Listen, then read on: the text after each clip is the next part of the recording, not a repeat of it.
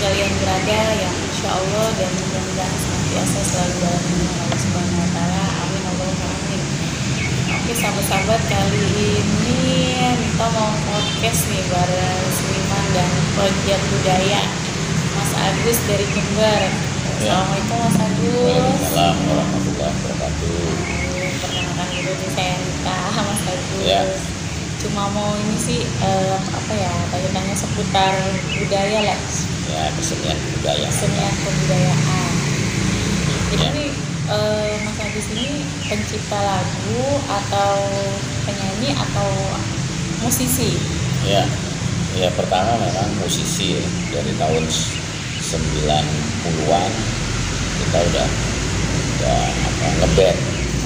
Ya, ngeband terus serius. Dan sempat rekaman juga untuk nasional. Saya dulu gitarisnya band Kaimana. Oh, jadi gitaris. Ya, memang speknya di gitaris, main gitar ya. Nah, itu dulu dengan musika. Nah, kemudian tahun 2000 udah nggak jalan lah, kita udah coba eksplorasi lainnya, belajar kebudayaan. Jadi saya merasa sebagai putra Indonesia wajib pertama ya mengetahui kultur lah bangsa kita sendiri, mulai dari sejarah Nusantara, sejarah Indonesia lah gitu kan. Kenapa itu saya anggap penting, maka saya coba untuk sempat fokus lah gitu ya. Karena bagi saya penting mengenali negara kita sendiri, sejarah kita sendiri, supaya kita cinta tanah air dan bela negaranya itu ada. Ya, luar biasa. Pokoknya jiwanya jiwa seni ya. Ya, jadi bela negara itu tidak harus jadi tentara gitu, tapi sesuai bidang lah gitu. Kalau di bidang musik ya, bagaimana menanamkan pesan dalam berkarya itu juga ada manfaat untuk membangkitkan rasa nasionalisme, patriotisme, setidaknya membangun lah supaya generasi muda maupun orang-orang yang tinggal di Indonesia itu kesadarannya terangsang secara positif untuk itu terlibat menjaga bangsa kita. Nah, kenapa itu penting ya, banyak hal sebenarnya. Karena bagi saya kebudayaan itu adalah bagian dari pertahanan nasional.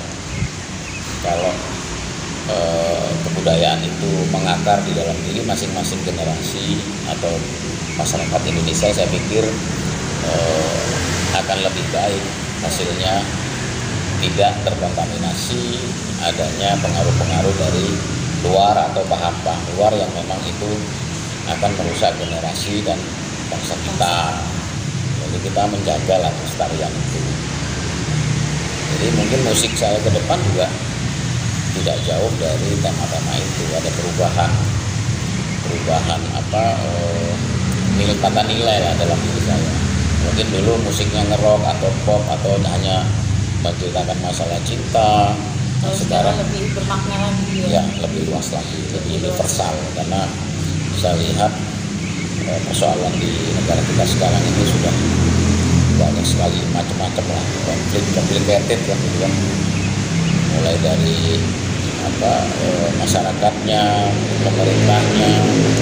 Ini kan harapan kita ke depan kan antara masyarakat dan pemerintah ini mulai sama-sama memahami, kemudian merasa memiliki bangsa ini, dan akhirnya saling mengingatkan tugas masing-masing. Pemerintah punya tugas sendiri, masyarakat harus bagaimana. Nah ini kan tinggal ngeklikin aja nih ke depan. Ya mudah-mudahan negara kita ke depan akan lebih baik dari semua aspek bidang. Harapannya sih itu. Berarti tersampaikannya lewat lagu ya Mas ya? Sementara ini begitu. Berarti kalau kita menciptakan sebuah lagu itu semua ada maknanya. Ada, itu juga ada basic spiritual, tapi spiritual seniman ya. Iya. Spiritual seniman tuh saya pikir ya unik aja, tidak sama dengan pelaku spiritual lainnya. Karena Neng ini kan agak bergerak di situ, jadi mungkin saya sedikit nggak jauh dari tema itu juga lah. Jadi spiritualnya seniman yaitu bagaimana dia bisa menciptakan lagu, mengambil ide gagasan, sama ada tirakat, ada tirakatnya, ada doanya, ada renungannya, karena meditasi semua juga. meditasi ada, jadi, tapi dengan cara seniman. Itu supaya lagunya itu bisa diterima masyarakat. Iya, diterima masyarakat dan manfaat. Jadi harapan saya ya para musisi-musisi Indonesia mulai mengkaji diri melalui spiritual masing-masing, karena bangsa kita butuh karya-karya yang membangun pesan yang baik. Ya, istilahnya seniman-seniman musisi ini harus sebagai pembawa misi juga sebagai penyambung lidah rakyat untuk menyampaikan unek-uneknya masyarakat melalui lagu-lagu itu. Itu sih harapan saya. Luar biasa ya sahabat-sahabat. Mas Agus pengalamannya udah banyak banget ya. Berarti udah dari tahun 90. Saya belum lahir, Mas Agus sudah jadi musisi. Lumayan. Terus ini kesibukan sekarang ini apa nih Mas Agus? Saat ini masih di musik. Musik ini udah mulai mengarah ke pembawa misi yang menyampaikan pesan-pesan kondisi sekarang. Ya kita sebagai musisi ya kalau dipahami, kita kaji harus jujur lah musisi. Kondisi harus dikatakan apa adanya. Terus yang penting tidak mengkritisi yang begitu tajam, menghina orang atau menyakiti perasaan orang. Jadi misi membangun. Ini saya sedang mengerjakan karya musik seperti itu sama teman-teman dari kita. Pokoknya lagu yang menyampaikan pesan. Tidak harus religi, tapi dengan bahasa masing-masing yang memang sekiranya itu bisa manfaat sebagai pembawa pesan ke masyarakat. Mau aliran atau genrenya rock, mau apa gitulah, yang penting temanya udah diperjelas lagi lah. Kita harus bangkit, harus melakukan revolusi gitu. Itu biasanya kalau lagi buat lagu itu, satu lagu itu bisa berapa hari tuh misalnya? Tergantung mood ya. Tergantung mood tuh artinya kita kadang memang momen itu nggak bisa ditentukan. Kadang begitu kita banyak pikiran kita udah merasa ada fokus itu ya kita pegang alat sudah jadi bisa 2 hari itu kelar. Kalau proses teknis recording saya pikir ya teman-teman juga banyak tahu. Ya. Yang penting kita syairnya dulu gitu. Iya, syairnya dulu. Baru ke musik ya. Ya. Selain membangun musik dan tema juga sedikit banyak kita juga harus paham tentang produksi, mulai dari mixing sampai mastering kita harus paham, karena kalau hasil karya musik itu kita tidak paham tentang mixing dan mastering, nanti hasilnya kan nggak bagus. Iya. Nah itu harus ada ahlinya, kita harus satu tim itu beda tugas ya. Harus ada tugas dan orang yang memang mengerti itu kita direct gitu, supaya hasil kita maksimal. Jadi pembuatan lagu itu ternyata nggak mudah ya sahabat-sahabat ya. Lumayan berat.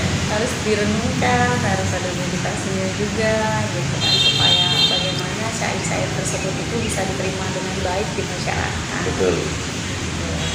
Dan saya lagi belajar seni sahabat-sahabat, soalnya saya nggak ngerti seni.